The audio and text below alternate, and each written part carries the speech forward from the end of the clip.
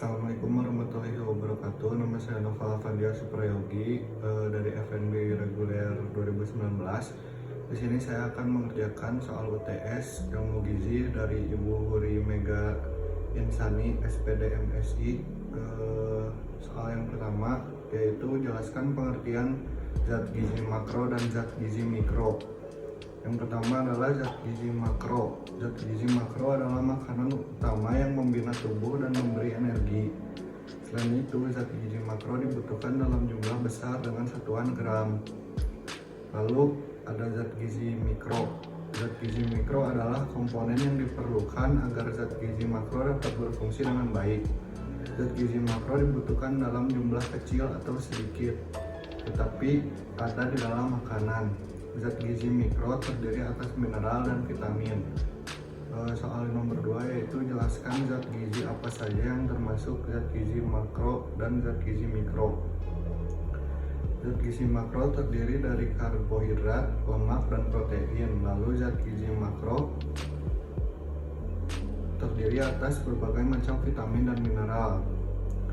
Nomor 3, jelaskan apa saja yang kalian pahami tentang karbohidrat dan lemak, pengertian, jenis, sumber makanan, fungsi, dan akibat kekurangan dan kelebihan zat tersebut. Yang pertama ada karbohidrat. Karbohidrat merupakan suatu gizi yang memiliki fungsi sebagai pengasilan energi bagi tubuh untuk membentuk glukosa. Karbohidrat terdiri atas karbon, hidrogen, dan oksigen. Jenis karbohidrat dibagi menjadi dua, yaitu karbohidrat sederhana terdiri dari jenis gula sederhana seperti glukosa, fruktosa, sukrosa, serta laktosa. Sedangkan karbohidrat kompleks terbuat dari rantai panjang dan gabungan beberapa gula sederhana. Sumber makanan karbohidrat adalah nasi, kentang, ubi jalar, jagung, kacang-kacangan, roti gandum, dan beras merah. Fungsi karbohidrat adalah sebagai sumber energi utama, berperan penting di dalam proses metabolisme, berperan penting di dalam proses pencernaan, membantu dan menyerap kalsium, merupakan pembentuk senyawa lain. Akibat kekurangan karbohidrat dapat menimbulkan berbagai efek samping seperti kelebihan, dapat menyebabkan tubuh kekurangan serat, vitamin, atau mineral, menyebabkan tulang keropos, dan meningkatkan gangguan pencernaan, serta risiko berbagai penyakit kronis.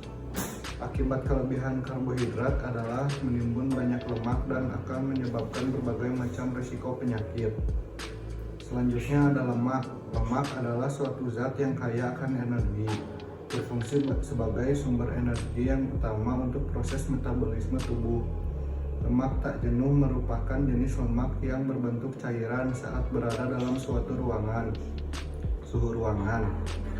Karena dikategorikan sebagai lemak baik, lemak jenis ini sering direkomendasikan untuk dikonsumsi.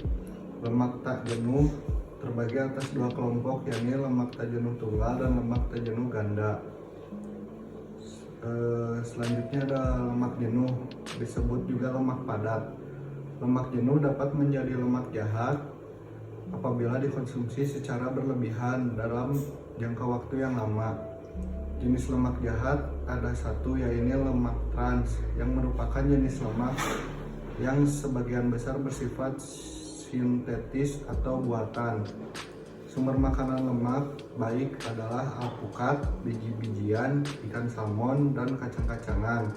Sumber lemak jahat yaitu makanan yang digoreng, makanan manis, makanan cepat saji, dan daging olahan.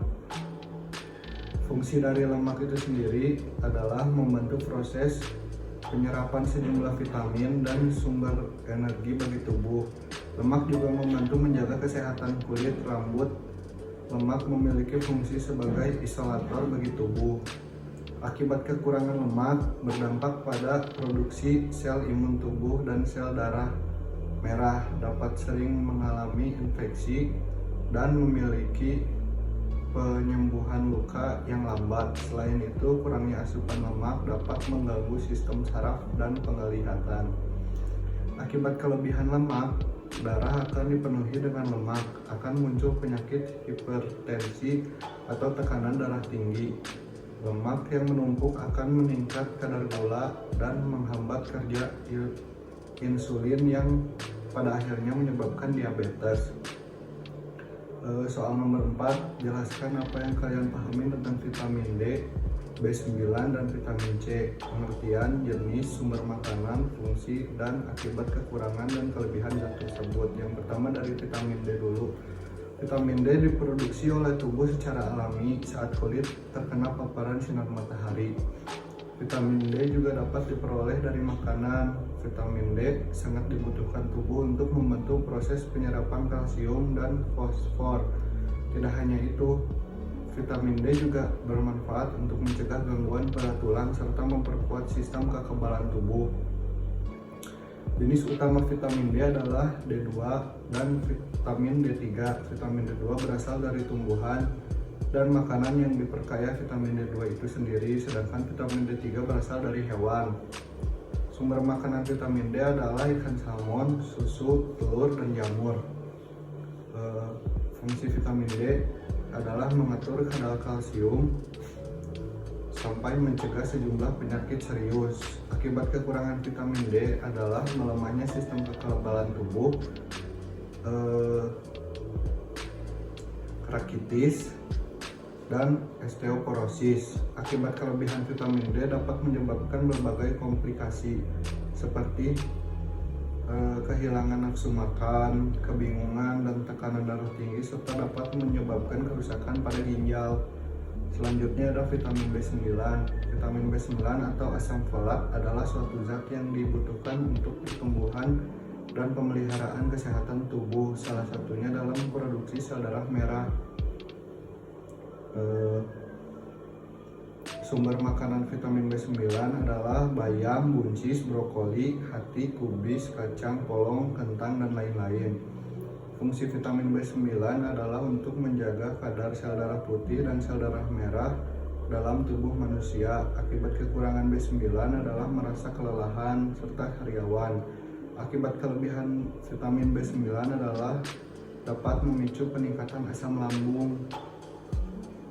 Selanjutnya ada vitamin C atau asam ascorbat, berperan dalam pertumbuhan dan perbaikan sel-sel tulang, gigi, serta kulit. Selain itu, vitamin C juga berfungsi untuk melindungi tubuh dari berbagai infeksi, membantu penyerapan zat besi, mempercepat pertumbuhan luka, serta bagian antioksidan yang dapat mencegah kerusakan sel akibat radikal bebas. Sumber vitamin C yaitu jeruk, belewah, jambu biji, tomat, stroberi, kiwi, brokoli, kubis, dan paprika merah. Fungsi vitamin C sendiri yaitu membantu tubuh untuk memproduksi kolagen yang merupakan protein yang dibutuhkan untuk membantu mencegah keriput, proses penyembuhan luka, menjaga keremajaan kulit, memperlambat proses penuaan, hingga mencerahkan warna kulit. Kekurangan vitamin C dapat membuat pembuluh darah mudah pecah karena berkurangnya jumlah kolagen. Kelebihan vitamin C yang umum terjadi adalah gangguan pencernaan seperti kondisi diare dan mual. Soal yang terakhir atau yang kelima, yaitu sebutkan kesan dan pesan kalian untuk mata kuliah gizi. Kesan dan kesan saya belajar ilmu gizi itu, sebenarnya saya suka mata kuliah ini dan sangat enjoy buat belajarnya, nyaman juga sama dosennya. Pokoknya nggak ada kesulitan dalam memproses ilmu gizi